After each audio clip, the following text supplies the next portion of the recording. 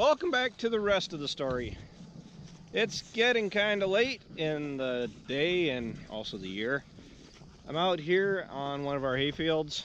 As you can see, it's getting fairly dry. It's been cut for a couple days. Oh gosh, what is today?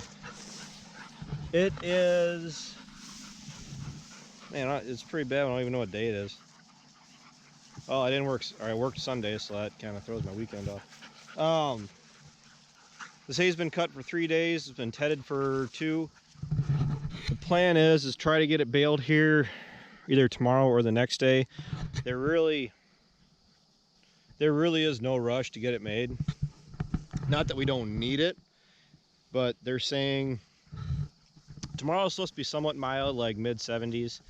But then they're saying the 2 days after that, they're saying we're going to be up in the 80s.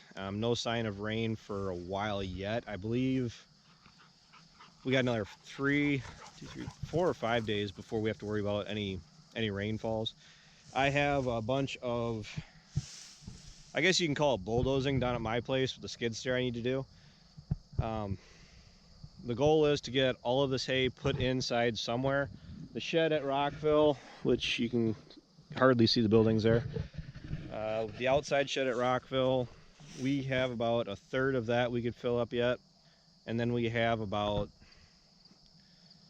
room for, I'd say, 50 bales down at my place. And then anything that we have room for beyond that, we will go ahead and just stuff a bunch of corn fodder in there, because you can't rule out, or never underestimate how handy corn fodder bales are that are stored inside when you've had like an inch worth of snow and ice and that melting freezing stuff, or when the snow that just flat out melts right on top of the bales and then it refreezes again over the night, and then you get that nice clear thick layer of ice over top all your net wrap, and then you can't feed fodder bales out without taking out like the outside like 6 inches or so of the bale.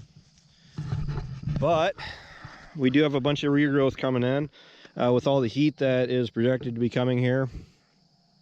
These fields will be greened up. I'd say they should be greened up fairly well. At least they're not going to be buzzed off and bare ground throughout the winter. I guess I should address the corn and soybeans. I really haven't been doing much or talking much about the crops or doing much of a crop progress report videos this year. I could. They get boring. I mean, even for me, they get kind of dull. It's the same thing. I mean, unless the crop was doing really awesome or really terrible. But the problem is, if it was doing really awesome, you get skeptical about it. Supposedly they're saying that it's supposed to be a good crop. I have yet to hear any yield reports about what the crop is doing. People think they have something, but the problem is until the combine goes through, you don't really know if you have anything, and you could very well easily have nothing. It takes some really awesome corn yields, bean yields to cash flow in the current market situation. The beans do look really nice. I can walk out through here a little bit. They look nice. They're clean.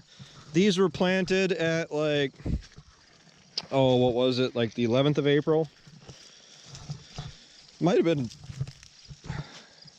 the 11th of April does sound pretty close to when we did it.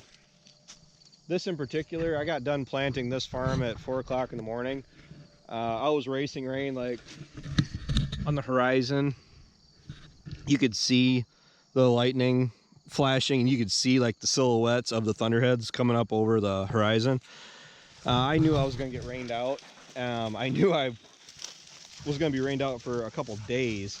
So I went through, and Ryan did too. He stayed and he got all the groundwork ahead of me. And we got at least this whole farm done. And then what do we all have left? Like 2 farms. And that was like, what, 90? No, that was about 110 acres. And we got that all done after the rain shower. These soybeans were planted at 150,000 seeds per acre, 10,000 seeds per acre more than I planted on the rest of it. This is the home dairy farm, a lot of dairy manure. Overall, really great soil, great health soil. I went through and planted a little bit heavier because I figured the soil could handle it. You can see that the soybeans are all standing. We do have a little lodging. We'll just be on this corn here, and then over along the road there's a little bit of lodging that could be the result of a few things between soil fertility, too many seeds per acre. You get fewer plants, they tend not to lodge quite as bad. I'll get you guys see if you can see. This is what the plants look like. I mean, to me the pods really don't look as big as they have in the past. The plants, they've all branched at least once for the most part. There's a lot of beans there, but until the combine runs through, especially on soybeans, you just don't know what they're gonna do. Corn, I don't know. I don't. If it's as good as last year, I'd be happy. I'm not really sure if we should be expecting it to be as good as last year. I mean, the stand is there. We did have some issues with the corn planter. A little bit there we got addressed, but then between the weather and the fertility, we pulled tissue samples. We had a couple areas where boron was an issue. So going into next year, we know that we need to be addressing a little bit more of the boron in the soil.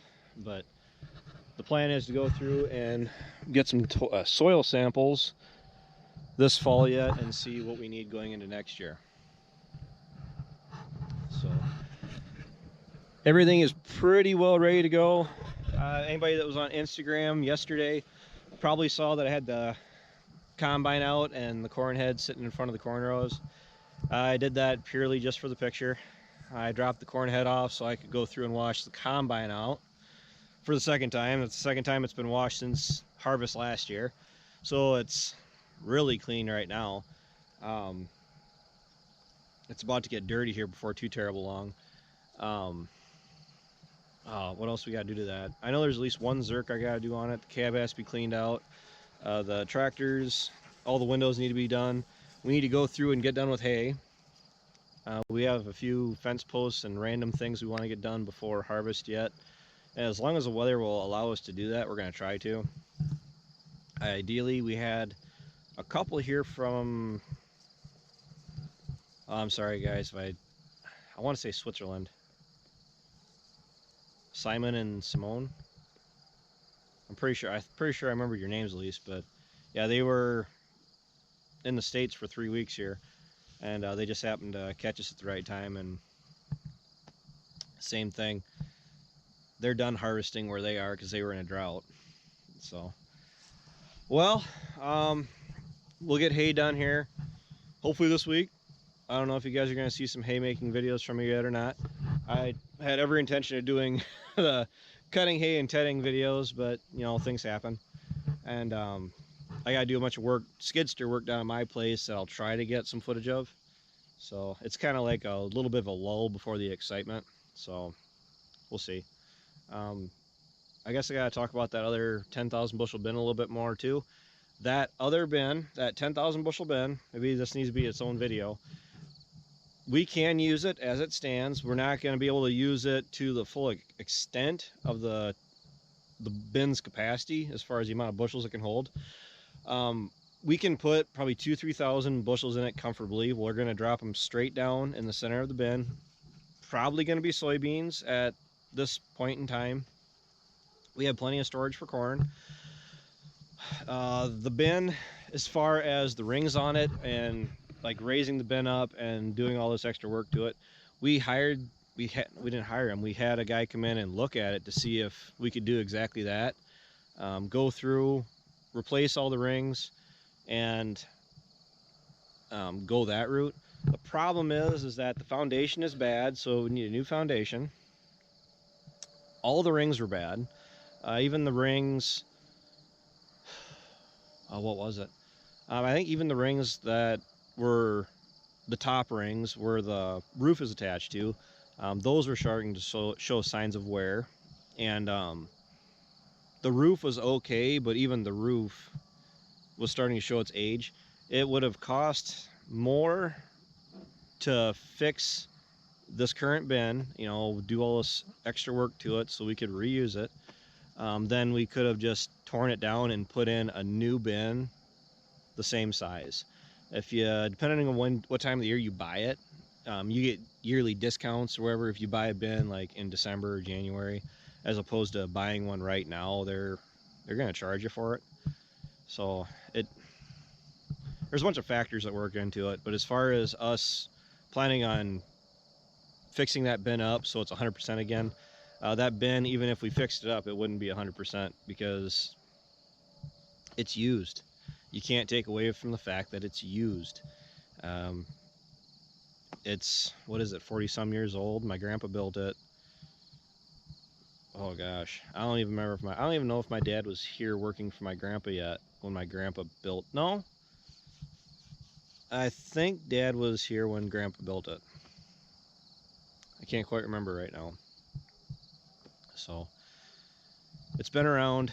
Sometimes you just gotta accept that you can't keep things around when they're worn out like that. It's better off in the long run just to replace it, because if you're planning on fixing it, how many more years until the components in that bin that you didn't replace, how long until those start to fatigue and fail, and we'd have to replace those also, especially when you're looking at that bin being needed for the next another 30, 40, 50 years. I mean, are we going to get another 5, 10, 15 years out of it? So I'd rather, it just makes more sense to put in new at this point, especially when you're looking at me and Ryan having to continue on and needing it after my parents are done with it. So, well, it's getting late. I got chores to do. It is really nice out. I think we're running out of days where we can run around like this with just light shirts on. In the mornings, fall is definitely creeping in because it's sweatshirts in the morning, and then by like 11 o'clock you're in a t-shirt, and it's just now getting to where I'm starting to get a little bit cold. So enjoy the warm weather while you can. And with that, I'm going to leave you there. So until next time, take care, take it easy, keep in touch. I'll talk to you guys tomorrow.